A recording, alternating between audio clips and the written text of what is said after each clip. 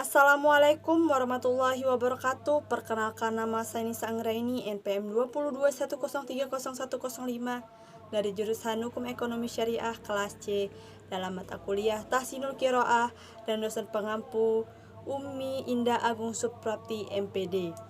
Baiklah, di sini saya akan menjawab pertanyaan UTS.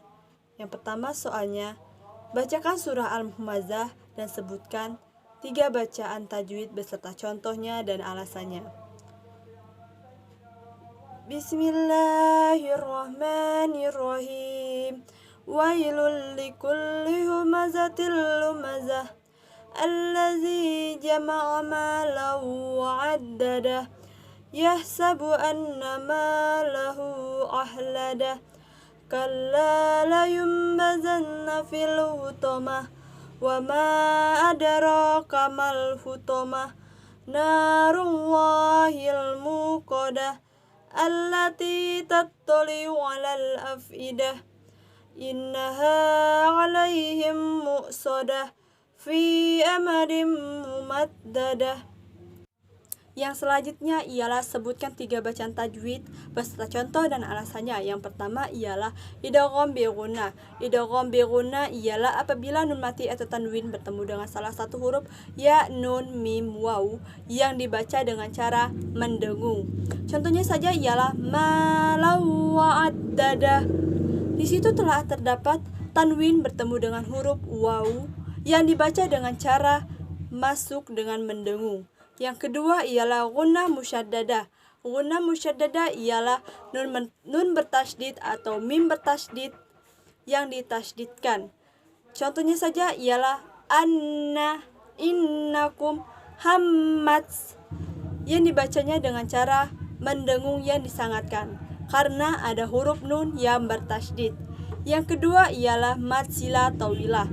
Mad sila tawilah ialah mad silah bertemu dengan huruf hamzah. Panjangnya 2,5 alif atau 5 harokat. Contohnya saja ialah min dunihi ilaha. Di situ karena ada hak domir bertemu dengan hamzah dan membacanya dengan cara panjang seperti 2,5 alif atau 5 harokat. Yang selanjutnya ialah iklab. Iklab ialah apabila nun mati atau tanwin bertemu dengan huruf ba. Contohnya saja liyumbazanna fil hutamah yang dibacanya dengan cara mendengung membentuk huruf mim. Karena ada nun di situ karena ada nun mati bertemu dengan huruf ba. Soal nomor 2 ialah jelaskan pengertian Al-Quran dan manfaat mempelajari serta hadis keutamaan dalam belajar Al-Quran. Pengertian Al-Quran menurut bahasa ialah bacaan atau yang dibaca. Sedangkan menurut istilah, Al-Quran adalah wahyu Allah Subhanahu wa Ta'ala yang diturunkan kepada Nabi Muhammad SAW melalui malaikat Jibril sebagai petunjuk bagi umat manusia. Manfaat mempelajari Al-Quran yaitu 1. Memberikan ketenangan hati pada kita. 2. Setiap hurufnya mengandung kebaikan yang banyak. 3. Orang-orang yang terbata membaca Al-Quran pun diberikan pahala yang berlipat. 4. Memberikan syafaat di hari kiamat. 5. Menjadi kemuliaan bagi orang tuanya di surga. 6. Menjadi manusia berkualitas. Dan yang terakhir yaitu mempelajarinya mendapat pahala yang lebih besar dari sholat sunnah. Keutamaan dalam mempelajari Al-Quran terdapat dalam hadis riwayat Al-Bukhari yaitu khairukum man ta'allamal Qur'ana wa 'allamahu, yang artinya ialah sebaik-baik kalian adalah orang yang belajar Al-Quran dan mengajarkannya. Soal ketiga ialah jelaskan pengertian makhorijul huruf dan berikan contoh dari masing-masing tersebut. Makhorijul huruf atau biasa disebut makhroj adalah tempat keluarnya huruf-huruf hijaiyah. Macam-macam makhorijul huruf dibagi menjadi 5 tempat yaitu jaub atau rongga mulut, halq atau tenggorokan, lisan atau lidah, syafatain atau 2 bibir, dan khayshum adalah rongga hidung. Yang pertama ialah al-jaub atau rongga mulut, yaitu tempat keluarnya huruf hijaiyah yang berasal dari rongga mulut. Huruf yang termasuk ialah alif, waw, dan ya. Yang pertama adalah alif mati setelah fathah, misalnya A. Yang kedua ialah waw mati setelah dhammah, misalnya nu. Dan yang ketiga ya mati setelah kasroh, misalnya zi. Yang kedua adalah al-haq atau tenggorokan, yaitu tempat keluarnya huruf-huruf hijaiyah yang berasal dari tenggorokan. Al-haq ini dibagi menjadi 3 bagian, yaitu aksar halki atau pangkal tenggorokan, yaitu hurufnya ha dan hamzah. Yang kedua ialah wasul halki atau tenggorokan yang tengah, yaitu huruf ain dan ha.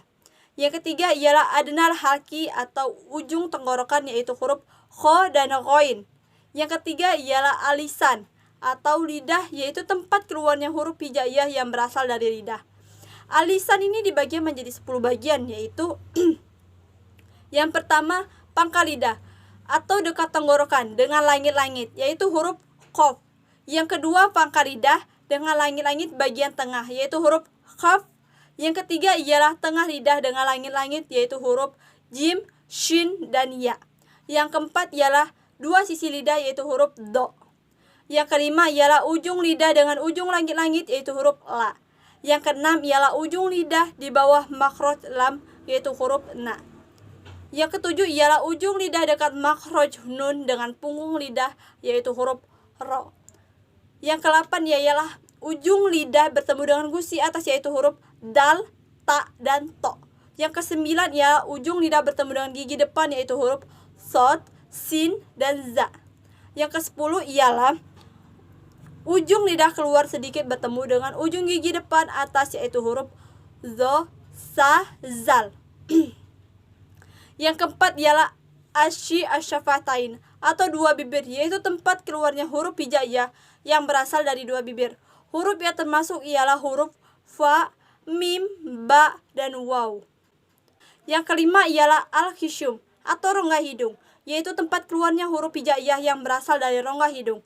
Huruf-huruf yang termasuk ialah huruf gunnah seperti huruf mim dan nun. Baiklah, mungkin itu saja penyampaian saya. Wassalamualaikum warahmatullahi wabarakatuh.